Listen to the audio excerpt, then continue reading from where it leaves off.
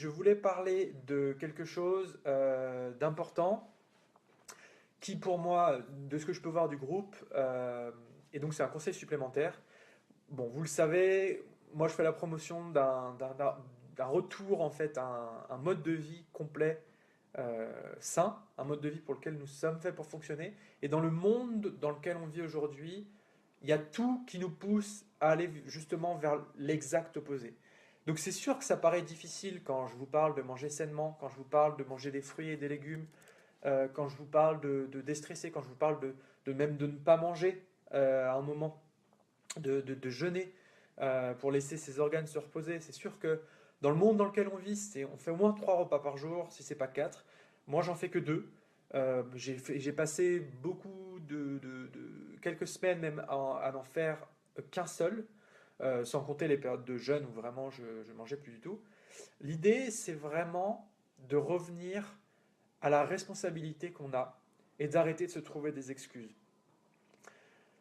Je suis persuadé que revenir à un mode alimentaire, enfin un mode de vie, que ça passe par l'alimentation, donc les fruits et les légumes au maximum, éviter les produits laitiers, éviter les produits céréaliers, éviter les protéines animales et manger un maximum de fruits et de légumes. Euh, Évidemment, ne pas boire d'alcool, arrêter de fumer, faire un peu d'exercice physique, gérer son stress. Le stress, c'est un facteur d'acidification qui est énorme, qu'il faut aussi apprendre à gérer. Gérer son stress, donc on peut le gérer de plusieurs façons, j'y reviendrai plus tard éventuellement. Dormir normalement, se reconnecter aussi à la nature, aller marcher en pleine nature régulièrement. Tout ça, ce sont des choses qu'il faut mettre en place. Alors, honnêtement, oui, il y a des milliers d'excuses à ne pas le faire, mais je voudrais juste vous poser la question. Enfin, moi, je donne des conseils, ces conseils-là, vous en faites ce que vous voulez, vous n'êtes pas obligé de les mettre en place. Je sais que, enfin, je suis persuadé, moi c'est ce qui m'a sauvé, c'est ce qui m'a aidé à faire partir l'eczéma. D'ailleurs, bon là on verra pas trop à la caméra, mais mon eczéma est quasiment parti depuis le début du mois de janvier. J'avais pas un eczéma non plus très sévère, mais il est parti quand même. Il s'est bien estompé, et je pense que ça va aller même de mieux en mieux évidemment. Donc moi je suis persuadé que ce sont les choses à faire pour aller mieux. Maintenant, vous pouvez avoir des tonnes d'excuses. Et moi, j'y suis totalement insensible. Oui, c'est sûr, on a des enfants, on a une activité professionnelle, on a des choses. Moi, je vous invite à faire, c'est d'essayer, c'est de mettre en place de nouvelles habitudes, un nouveau mode de vie. Parce qu'il n'y a que ça qui vous ramènera à la santé, il n'y a que ça qui vous aidera à faire partir l'eczéma et faire partir tous vos autres problèmes de santé. Donc, à un moment, soit vous décidez de ne pas être responsable et de mettre ça sur la faute sur les médecins, sur vos parents, sur le gouvernement, peu importe, trouvez des excuses en fait pour ne rien faire et garder votre eczéma parce que si vous continuez à mettre de la cortisone, peut-être que l'eczéma va partir effectivement, mais ça va être de l'asthme après qui va arriver, ça va être des maladies bien pires parce que les toxines en fait, quand elles veulent sortir, vous leur dites non, re-rentre à l'intérieur, j'ai pas envie de voir l'eczéma apparaître. L'eczéma en fait c'est une réaction du corps qui est très saine parce que le corps il cherche à évacuer par un moyen ou par un autre.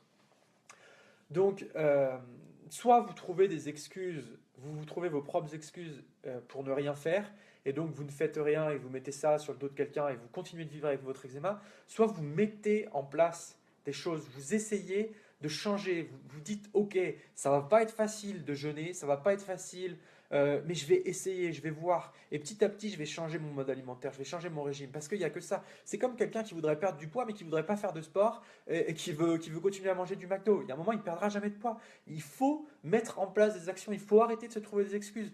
On a tous des problèmes dans notre vie, alors il y a certaines personnes qui ont des enfants, et ben, il y en a d'autres qui sont sortis de graves maladies en ayant des enfants. Alors oui, c'est sûr que ça rajoute une contrainte, ça rajoute une complexité, mais il y a un moment, si vous voulez guérir, il faut mettre en place des actions, il faut faire ce qu'il faut, il faut reprendre ses responsabilités pour avancer dans la vie de manière même générale, que ce soit par rapport à la santé ou par rapport à vos objectifs. Si vous voulez gagner plus d'argent, si vous voulez voilà, avoir un meilleur salaire, bah, il va falloir bosser plus. Il va falloir, peu importe que vous ayez des choses, il y en a, ils mettent en place ces choses-là. Et c'est ces personnes-là qui obtiennent des résultats. Donc si vous continuez à trouver des excuses, et alors je ne fustige, je n'inculque, n'inculpe pardon, personne, L'idée, c'est pas de mettre quelqu'un sur la place et puis de l'humilier, hein. C'est pas du tout, si vous me connaissez, si vous commencez à me connaître, ce n'est pas du tout ma façon de faire. Mais c'est vraiment pour faire prendre conscience aux gens qui me suivent que c'est une question de responsabilité. Moi, quand j'ai commencé en fait à changer tout ça, j'avais une crise de goutte. Donc là, j'avais une boule ici parce que c'était une accumulation de toxines justement dans mon corps. J'avais évidemment de l'eczéma à tel point que je ne pouvais plus tourner la tête. Je ne pouvais plus bouger la tête. J'étais mal. Je me réveillais la nuit, comme certains d'entre vous, pour me gratter. Je dormais voilà, très très mal le matin. Le premier réflexe que j'avais, c'était d'aller mettre de la crème pour me soulager. J'avais un eczéma. Voilà, j'arrêtais pas de me gratter. Vous savez tout ce que c'est. J'ai pas besoin de parler des inconvénients de l'eczéma. En plus de ça, j'avais une crise de goutte, donc très douloureux au coude. Je pouvais plus plier le coude. J'ai arrêté du jour au lendemain.